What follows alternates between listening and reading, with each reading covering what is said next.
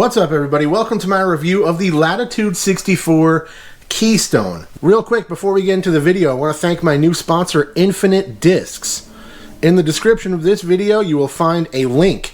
That specific link is my affiliate link that will take you to Infinite, and then any money that you spend there, a percentage of that will come back to the channel to help support the videos and the efforts here on the channel. So that will be really helpful. If you guys have anything disc golf related that you need, please check out that link.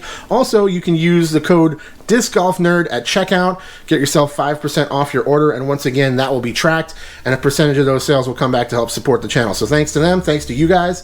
Please hit that subscribe button if you like the content, and let's get into the review of the Keystone. These are in the Zero medium plastic. Now, I know I reviewed this disc in the Opto plastic last year, but I didn't quite get to test that disc as much as I'd like to typically for reviews, and also shortly thereafter, basically, I started becoming somewhat frustrated with my putter, my main putter inside the circle. I just wasn't feeling confident with it. I wasn't enjoying the feel in the hand all of a sudden. And I remembered liking the design and the shape of the Keystone. I ended up picking up this orange one then and tested it for my main putter, and I'm sticking with it. It's working really well. So with this disc being my main putter in my bag, I'm also starting to throw them as well and getting more experience with them. I thought it might be cool to post an updated review and let you guys know a little more details about my new putter. So let's take a look at this one first. This is the one I got first and tested for several rounds really before I decided to get any more of them, and I made sure that I was using it inside the circle, outside the circle for all of my putting. And one of the things I wanted to say real quick too about this is, like, if you're trying a new putter, don't even bring out the putter that you're currently using. Just stick with that new putter and just really work on it, because sometimes you get out there and you kind of get in the flow, and all of a sudden you want to switch back to something that's comfortable, and then you don't end up testing the new putter quite as much as you should. So I feel like it works best to just, if you want to try it, get rid of anything else, and just make sure you're using it for all your putting and see how it goes. This one has worked out really well for me, and I actually started to throw this one more on approaches and some short tee shots and stuff. I'm starting to get a good feel for it, so I'm gonna probably use this one for kind of more longer range putting and for throwing and you know, short range drives. And then I got a pair of these white Zero mediums to putt with. So let's take a look at this one. It's a little cleaner, might be easier to see the stamps. This is a little bit newer run, so you can see it doesn't have the those like dotted line circles around there, just a larger bar stamp on this one. Not my favorite stamp design, but it's not a huge problem. Zero medium plastic is really nice for putting because it has good grip, it has some give under the thumb, but the whole disc is relatively rigid. It's not like floppy in your hand at all, so it still has kind of a blend between the softness of a soft and then the firmness of the zero hard plastic. These, if they do hit the market in Zero Soft, I will absolutely be picking some up for certain approaches, and maybe even for putting in cold weather, or for times where I really want to make sure it sits if I miss. So Keystone 2, 5, -1, and 1 are the flight numbers on this disc. Now, it's been kind of a recent development that we started seeing these putters get marked with 5s for glide. I feel like that was usually reserved for mid-ranges and drivers years ago, but I don't really take too much offense to it. Maybe I would say 2, 4, -1, 1, but it's definitely a noticeably glidey disc, and I think they just kind of wanted to represent that in the flight numbers. I like the feel, and the feel is what made me want to try this thing for my putter. I remember really liking the design, the shape of the Opto one that I had. And as you can see here, it is pretty flat on this bottom edge, right? So it really feels nice in my putting grip, the way my finger rides on that edge. And also, it's relatively shallow, or at least it kind of feels that way, which feels nice in my hand. It is quite flat on the top, which I always like.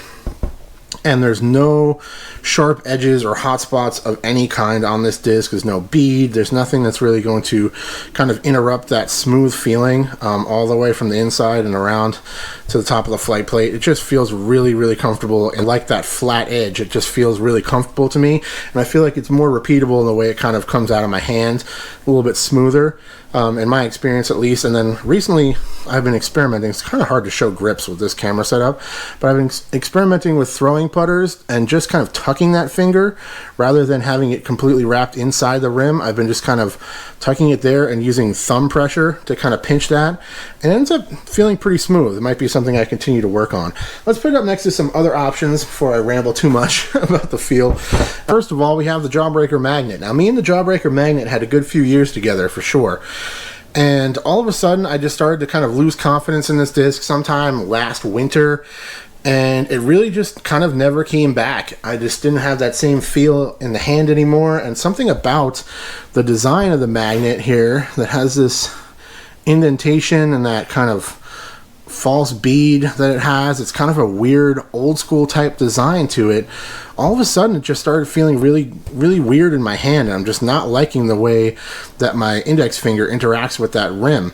And also, as they start to get beat up, they start to get kind of rough on that edge too. So it just really wasn't feeling good in my hand. I lost confidence in throwing it, and I ended up switching to the Keystone. That's pretty much how it went down. You know, I really don't like switching putters, and I tried to stick with the magnet for years, but after a long period of time with seeing the issues, that's when I wanted to try to switch away and find something that might work a little bit better.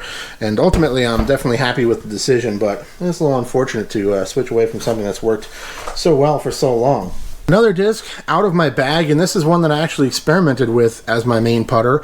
I could probably get confident with this thing and figure out how to use it, but it's just not really the flight that I like for putting.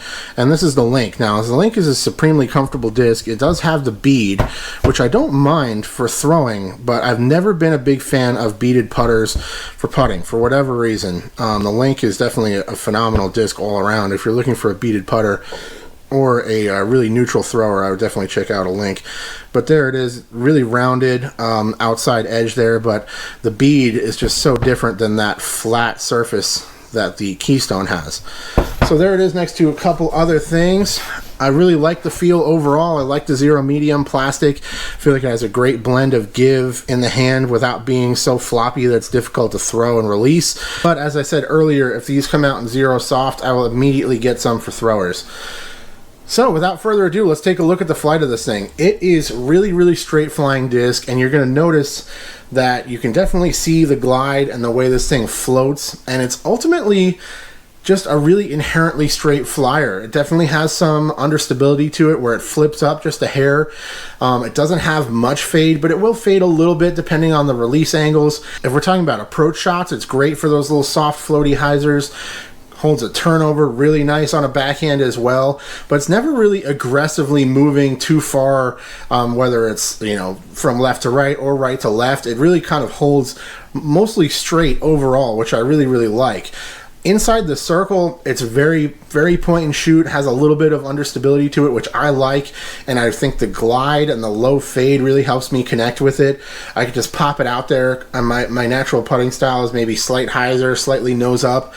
Pop it out there and it just floats real straight into the basket. I find myself hitting metal on longer putts again with this thing, and hitting some of those longer circle 2 putts out there on the course with the really nice glide and float of the Keystone. But inside the circle, it's super straight and point and shoot, and I've grown to be quite confident with it overall in a relatively short period of time. So it's definitely something I think I'm going to stick with. But it's just recently that I started to notice how good this thing flies as a backhand approach disc. Man, this thing just, it floats dead straight. It has great glide.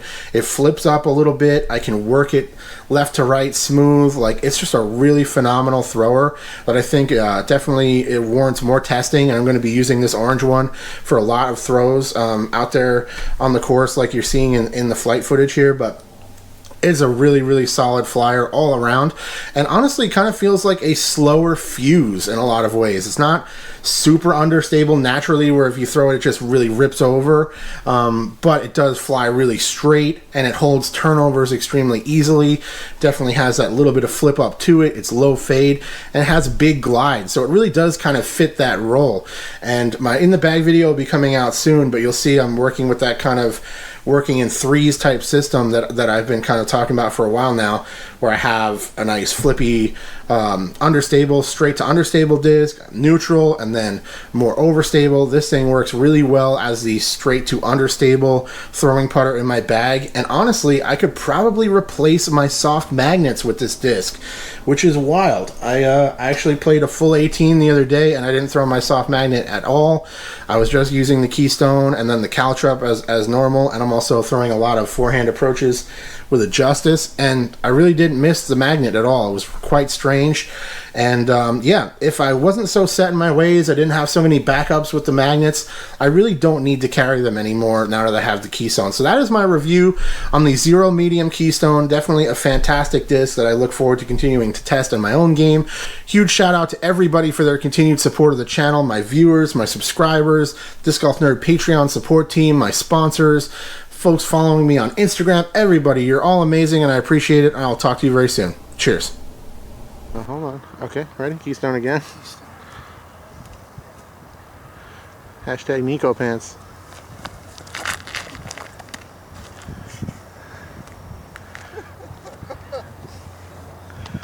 Thank you so much for watching, and big thank you to all of my Patreon supporters. If you would like to see your name listed in the credits of all of my videos, go to patreon.com/discgolfnerd.